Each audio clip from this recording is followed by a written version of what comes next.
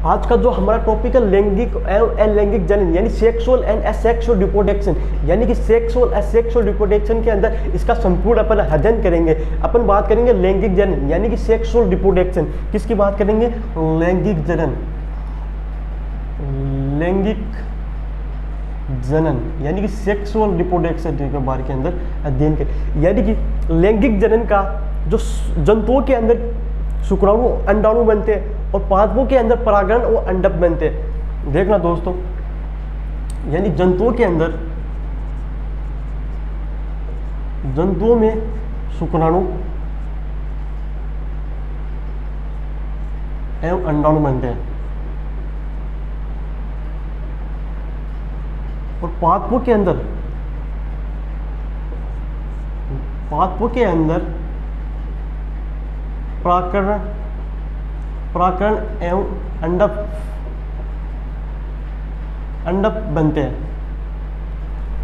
यानी जंतुओं के अंदर शुक्राणु अंडाणु बन रहे हैं और पादपों के अंदर क्या है? लैंगिक जनन के अंदर परागण एवं अंडक बन रहे हैं।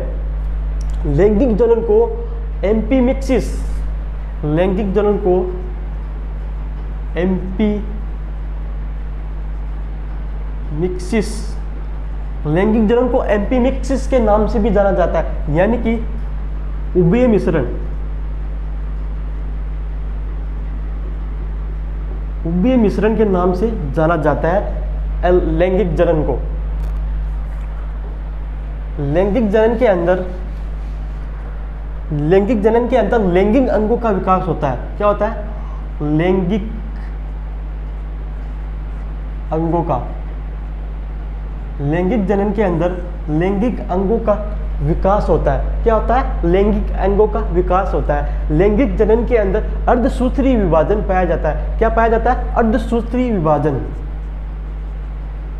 अर्धसूत्री विभाजन पाया जाता है लैंगिक जनन के अंदर। अर्धसूत्री विभाजन को लैंगिक जनन की क्या माना जाता है? कुंजी। क्या माना जाता है? कुंजी। अर्धसूत्री विभाजन को लैंगिक जनन की कुंजी माना जाता है, यानी कि अर्धसूत्री विभाजन को लैंगिक जनन की कुंजी माना जाता है। लैंगिक जनन के अंदर नर व मादा का संलयन यानी कि निषेचन होगा। निषेचन से क्या बनेगा? युग्मनज बनेगा। यानी कि लैंगिक जनन के अंदर नर प्लस मादा का क्या होगा? संलयन, संलयन यानी कि निषेचन, निषेचन होगा, निषेचन होगा, जिससे क्या बनेगा? युग्मनज, युग्मनज, जिससे क्या बनेगा? युग्मनज। युग्मनज से क्या बनेगा? भ्रूण। युग्मनज से क्या बनेगा? भ्रूण। भ्रूण से क्या बनेगी? संतति। भ्रूण से क्या बनेगी? संतति।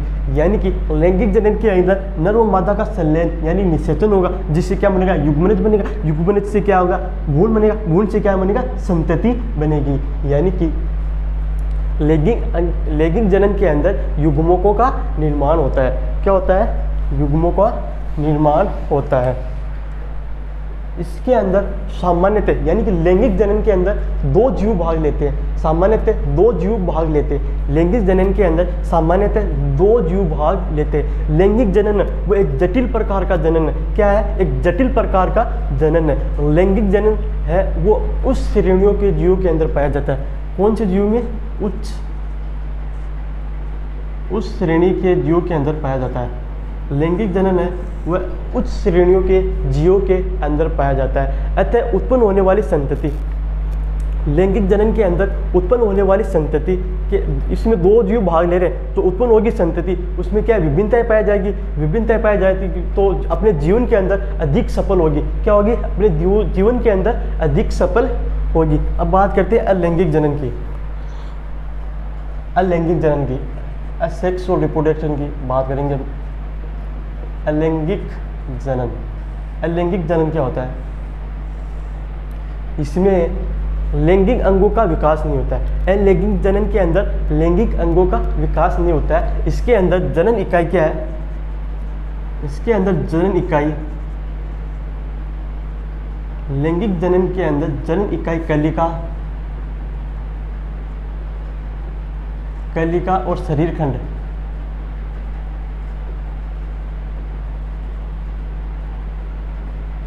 कलिका और शरीर खंड, यानी कि इसके अंदर जनन इकाई है वह कलिका और शरीर खंड आदि है। अलैंगिक जनन के अंदर युग्मकों का निर्माण नहीं होता। अलैंगिक जनन के अंदर युग्मों का निर्माण नहीं होता। इसके अंदर सामान्यतः एक ही जीव भाग लेता है। इसके अंदर सामान्यतः एक ही जीव भाग लेता है। यह है निम्न श्रेणियों के जीवों के अंदर पाया जाता है। अलैंगिक जनन है वह निम्न श्रेणी के जीव होते हैं, उसमें पाया जाता है अलैंगिक जनन, यानी कि असेक्सुअल रिप्रोडक्शन है जो कि निम्न श्रेणियों के जीवों के अंदर पाया जाता है। अलैंगिक जनन के अंदर युग्मकों का निर्माण नहीं होगा। युग्मकों का निर्माण नहीं होगा तो इसमें क्या निषेचन नहीं होगा। निषेचन नहीं होगा तो युग्मनज नहीं बनेगा। युग्मनज नहीं बनेगा भ्रूण नहीं बनेगा। भ्रूण का विकास नहीं होगा। भ्रूण का विकास नहीं बनेगा तो इसके अंदर क्या होगी, संतति बिल्कुल नहीं बनेगी, यानी कि अलैंगिक जनन के अंदर संतति नहीं बनेगी। अतः ऐसे जीव को क्या कहते हैं, जो कि आकारिकी व आनुवंशिक रूप से समान होते हैं ऐसे जीव, उसको क्या कहते हैं, कलोन। कलोन कहते हैं। क्या कहते हैं, कलोन। कलोन कलोन क्यों कहते हैं, आकारिकी व आनुवंशिकी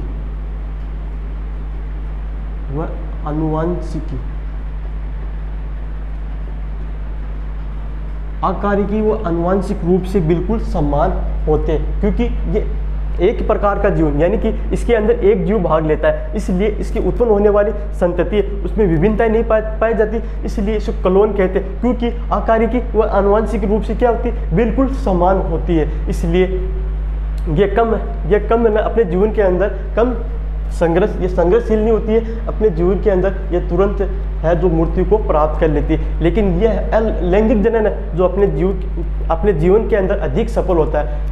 ये हमारा टॉपिक यही समाप्त हुआ दोस्तों, हमारा टॉपिक यही समाप्त हुआ। आपको कितना समझ में आया आप कमेंट करके ज़रूर बताना।